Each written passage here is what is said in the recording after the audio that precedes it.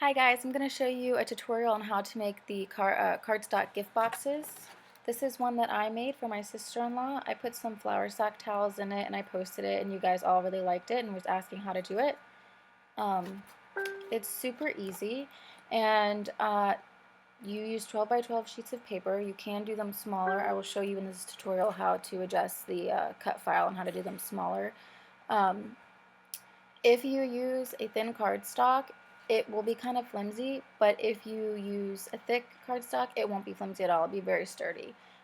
My cover cardstock is just a pretty lightweight one, and it's doing fine because my base cardstock is a glitter and it's super heavy.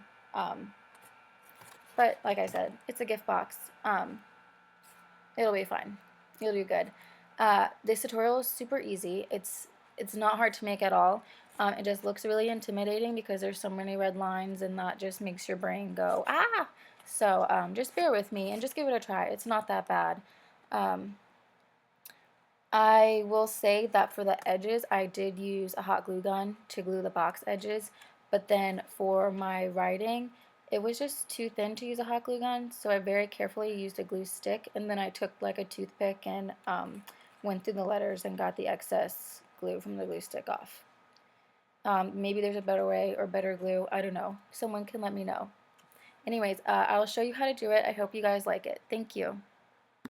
One more thing, I forgot to mention that I didn't put anything in here at all as a cover for my top, but I saw people saying that vellum paper and acetate paper, I'm not sure, I've never used that, could work perfectly fine in here, and you could just measure how big this is and then cut that and then glue it or tape it in or whatever.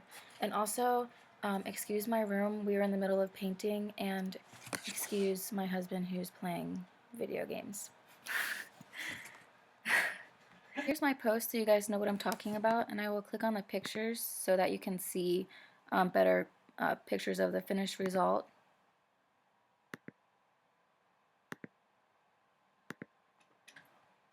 Okay, so if you're finding this video on YouTube and you're not a member of the group, you will have to join the Silhouette Cameo Fun Project Inspiration group on Facebook to be able to access this free file. If you are a member, you're just going to go to the group, then go down to Files on the left-hand side. Then you will scroll through the files until you see the 12 by 12 box that Brittany posted. Then you'll go over to these two little dots and you will download the file. Then you'll go over to your Silhouette Studio, go to File, Open, and then select the 12 by 12 box file, and it should open up into your studio like this. This was already pre-made by the poster who uploaded our file, and I think that's really awesome because you can kind of see what it's supposed to look like when you try to make your own on the plain one. And you can see here that she has it all offsetted and everything connects really well and nothing's touching these perforated lines. You can also grab her "It's a Girl" wording away, so if you want to cut it like this, you can just cut this and then cut your words and then glue your words on after you cut the box. But I don't want to use "It's a Girl." I'm going to make my own. And so I will come over to the plain box. This over here is going to be our base, and there's nothing you need to do to it. So we'll just go over to the plain box, start typing. I'm going to use the Hello Wedding font, and I downloaded that from the Hungry JPEG. It was one of their monthly free files, and it might still be going on if you check. We'll make it all black so we can see it better, and this is a scripty font, so I'm going to weld it, and then I am going to make a compound path. Then from here I'm going to make it larger, and I'm going to drag it up here and see where I want it. So, super important, and these dotted lines are going to be your perforated lines, and that's where you fold the box. This is going to be the clear part of the box where you can see your items inside, and this is just the edging. So when you put your fonts on, you want the outside, like the edges of your font, to go into this outside area here but not to go over the perforated edge. And so this looks good to me. I'm going to leave it right here.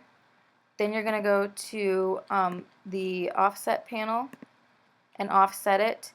And I don't like that they're not touching here. It's not going to be a good cut. These will end up being two separate pieces. So I'm going to offset it just a little bit more, maybe about, I don't know, 0.13, no, 1.50.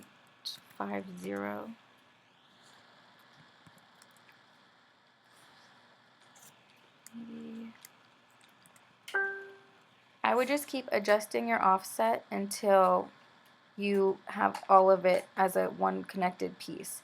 And then since my offset was increased so much, it is touching the dotted lines here. So I'm just going to select the offset and then select my font, and then together as a whole just kind of adjust the size here.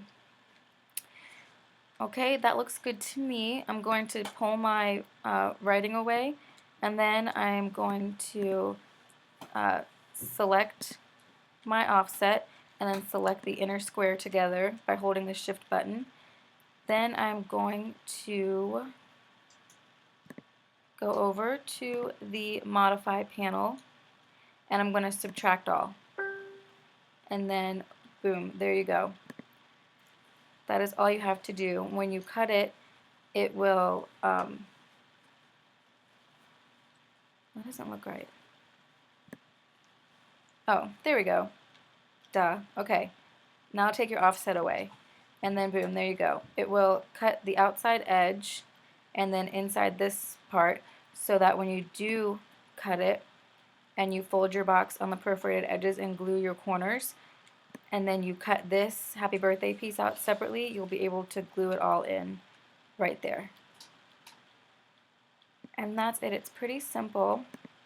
I will say maybe this might help some newbies.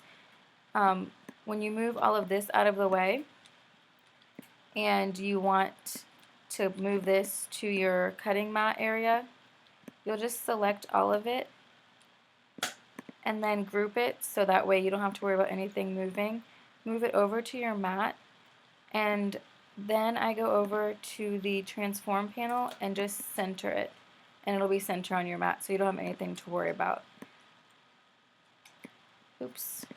And then I would just right click, ungroup, move your font away, and then go ahead and cut, and that's it. I hope this was helpful, and if you have any questions, please message me if you're in the Facebook group. I don't really check the YouTube messages much or the comments. I completely forget, and I don't even get notifications for it. So you probably wouldn't get a response for a while. It'd be more beneficial just to hop into the Facebook group and send me a message.